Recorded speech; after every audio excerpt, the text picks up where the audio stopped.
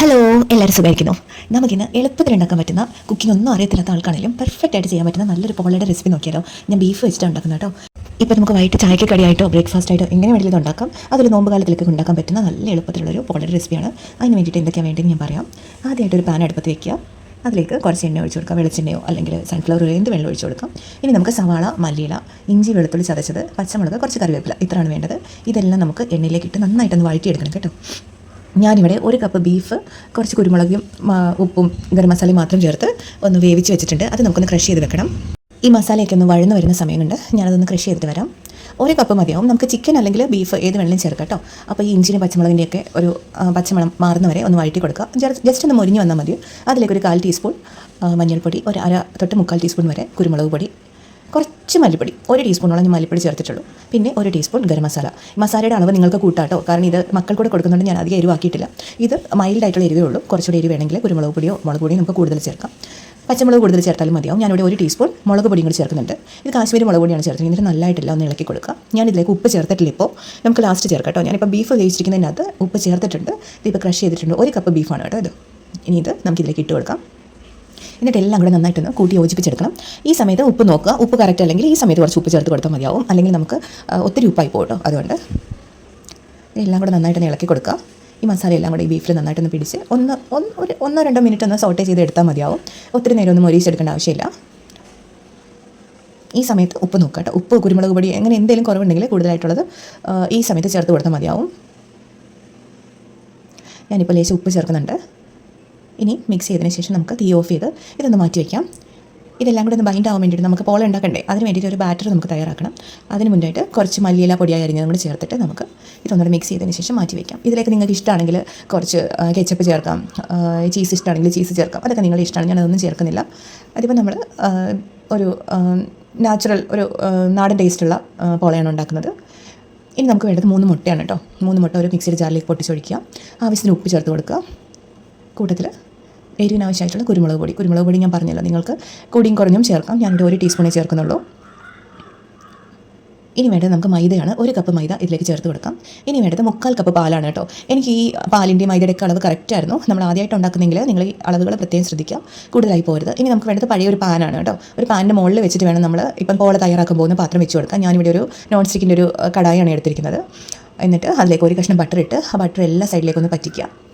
അതിനുശേഷം നമുക്ക് കുറച്ച് ഗാർണിഷിങ്ങിന് വേണ്ടി കുറച്ച് ക്യാപ്സിക്കും ക്യാരറ്റും ഒക്കെ അരിഞ്ഞെടുക്കുന്നുണ്ട്. അതുണ്ടെങ്കിൽ മതി, ഇല്ലെങ്കിൽ ഒരു പ്രശ്നമില്ല കേട്ടോ. ഉണ്ടെങ്കിൽ മാത്രം അതൊന്ന് അരിഞ്ഞെടുക്കുക.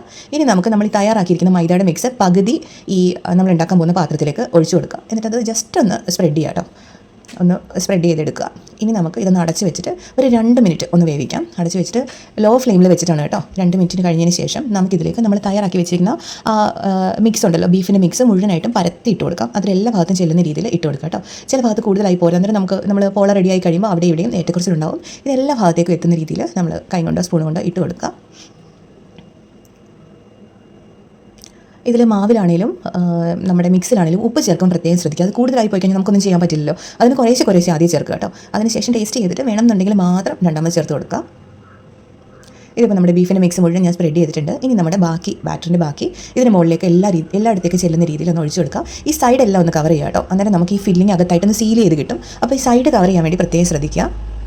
അപ്പോൾ ഈ സർക്കിളിൻ്റെ സൈഡ് ചേർത്ത് ലേശം ഇത് ഒഴിച്ചു കൊടുത്താൽ മതിയാവും. ഇത് ഞാൻ പറഞ്ഞാൽ ഇത് ആദ്യമായിട്ട് ഉണ്ടാക്കുന്ന ആൾക്കാർക്കും ഏറ്റവും പെർഫെക്റ്റായിട്ട് ഉണ്ടാക്കാൻ പറ്റുന്ന റെസിപ്പിയാണ് കേട്ടോ. ഇതൊരിക്കലും ഫെയിൽ ആവില്ല, അതിന് ഞാൻ ഗ്യാരണ്ടിയാണ്. ഇനി നമ്മളുടെ ക്യാപ്സിക്കം അരിഞ്ഞത് അത് ഏത് രീതിയിൽ വേണമെങ്കിലും അരിഞ്ഞു. ഞാനിപ്പോൾ സർക്കിളായിട്ട് വെച്ചതേ ഉള്ളൂ. നിങ്ങളിപ്പം സ്ട്രിപ്സ് ആയിട്ടാണെങ്കിൽ അങ്ങനെ അത് നിങ്ങളുടെ ഇഷ്ടത്തിനനുസരിച്ച് വെച്ച് കൊടുക്കുക. ഇനി ക്യാരറ്റോട് ഇങ്ങനെ വെച്ച് കൊടുക്കാം. ക്യാരറ്റ് ഞാൻ പറഞ്ഞ പോലെ നിങ്ങൾക്ക് ഇഷ്ടമുള്ള പോലെ. ഇനി ഇതില്ലേലും ഒരു പ്രശ്നമില്ല. അപ്പോൾ ഇതെല്ലാം ഇങ്ങനെ വെച്ച് നമ്മൾ രക്തപ്പൂക്കൾ ഉണ്ടാക്കി വെച്ചിട്ടുണ്ട് ഇതിന് മുകളിൽ.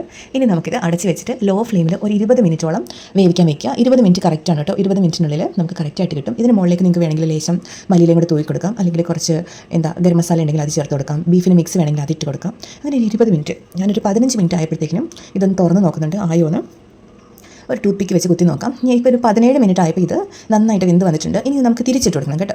അപ്പോൾ ഇത് ഒരു സ്പാച്ചില വെച്ചിട്ടോ വല്ലോ സ്പൂൺ വെച്ചിട്ടോ സൈഡ് നോക്കുക നന്നായിട്ട് ഇളകി വരുന്നുണ്ടോ എന്ന്. ഇപ്പോൾ നന്നായിട്ട് ഇളകി വരുന്നുണ്ട്. ഇനി നമുക്ക് ഒരു പാനിലേക്ക് ഇത് തിരിച്ചിട്ട് കൊടുക്കാം. ആദ്യം ഒരു പ്ലേറ്റിലേക്ക് തിരിച്ചിട്ട് കൊടുക്കുക. അതിനുശേഷം ഒരു പാനിലേക്ക് ഇട്ട് കൊടുക്കുകയാണെങ്കിൽ ഒരു പ്രശ്നമില്ലാതെ പൊട്ടാതെ നമുക്ക് കിട്ടും. ഇത് കണ്ടില്ലേ, നമ്മുടെ പാനിലൊന്നും ഒരു തരി പോലും ഒട്ടി പിടിച്ചിട്ടില്ല. ഇപ്പോൾ നന്നായിട്ട് വെന്ത് കിട്ടും. നല്ല ബ്രെഡ് പോലെ നന്നായിട്ട് പൊങ്ങി വന്നിട്ടുണ്ട് കേട്ടോ. ഇപ്പോൾ ടൂത്ത് പിക്ക് വെച്ച് കുത്തി നോക്കുക. ഒന്നുകൂടെ എല്ലാം ക്ലീൻ ആയിട്ട് വന്നിട്ടുണ്ട്. 2 വശം നമുക്ക് മൊരിഞ്ഞ് കിട്ടിയിട്ടുണ്ട്. ഇനി നമുക്കിത് നമ്മൾ പ്ലേറ്റിലേക്ക് മാറ്റിയതിന് ശേഷം ചൂടോടെ തന്നെ സെർവ് ചെയ്യാം കേട്ടോ. ഇത് ചൂടോടെ കഴിക്കുന്നതാണ് ടേസ്റ്റ്. നല്ല ചൂടായിട്ട് തന്നെ കഴിച്ചോളുക. അപ്പോൾ നമുക്കൊരു പ്ലേറ്റിലേക്ക് തിരിച്ചിട്ട് കൊടുക്കാം. കണ്ടില്ലേ നല്ല ഭംഗിയിലെ കാണാനായിട്ട്, നല്ല രസമായിട്ട് നല്ല ടേസ്റ്റി ആയിട്ട് കിട്ടുന്ന നല്ലൊരു പോളയുടെ റെസിപ്പിയാണ്. അപ്പോൾ വീഡിയോ ഇഷ്ടപ്പെടുകയാണെങ്കിൽ എല്ലാവരും ലൈക്കും സബ്സ്ക്രൈബും ഷെയറും ചെയ്യാൻ മറക്കരുത്. ഫ്രണ്ട്സിനും ഫാമിലിക്ക് എല്ലാം ഷെയർ ചെയ്ത് കൊടുക്കാം. ഞാനിപ്പോൾ ഇത് മുറിച്ച് കാണിക്കാം കേട്ടോ. നമ്മുടെ ഫില്ലിംഗ് ഒക്കെ എത്ര കറക്റ്റായിട്ടാണ് അതിൻ്റെ അകത്ത് കിട്ടിയിരിക്കുന്നത് കാണിച്ചു തരാം. ഇപ്പോൾ മുറിക്കുക. നല്ല സോഫ്റ്റാണ് കേട്ടോ. ഇത് നമ്മളൊരു ബ്രെഡിനകത്ത് ഈ ബീഫെല്ലാം ഫില്ല് ചെയ്ത് കഴിക്കുന്ന പോലെ നല്ല സോഫ്റ്റാണ്. ഇതേ കണ്ടില്ലേ, നല്ല ടേസ്റ്റി നല്ല മണമാണ് കേട്ടോ. നല്ല ടെംപ്റ്റിംഗ് ആണ് ഈ സ്നാക്ക്. അപ്പോൾ എല്ലാവരും ട്രൈ ചെയ്ത് നോക്കുക. എന്നിട്ട് എല്ലാവരോടും നമ്മുടെ വീഡിയോ ഇഷ്ടപ്പെടുകയാണെങ്കിൽ ഇതുപോലെ കുട്ടി ഒത്തിരി വീഡിയോസ് നമ്മൾ അപ്ലോഡ് ചെയ്തിട്ടുണ്ട്. അപ്പോൾ എല്ലാവരും കാണുക, സബ്സ്ക്രൈബ് ചെയ്യുക, സപ്പോർട്ട് ചെയ്യുക കേട്ടോ. അപ്പോൾ നാളെ നമുക്ക് വേറൊരു വീഡിയോ ആയിട്ട് ഇനി കാണാമേ.